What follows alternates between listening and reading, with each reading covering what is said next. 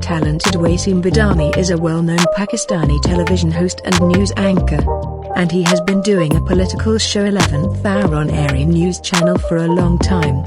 He began his hosting career with a radio traffic update while studying at Zabist University. On the other hand, he also does Ramadan transmissions on Airy Digital every year.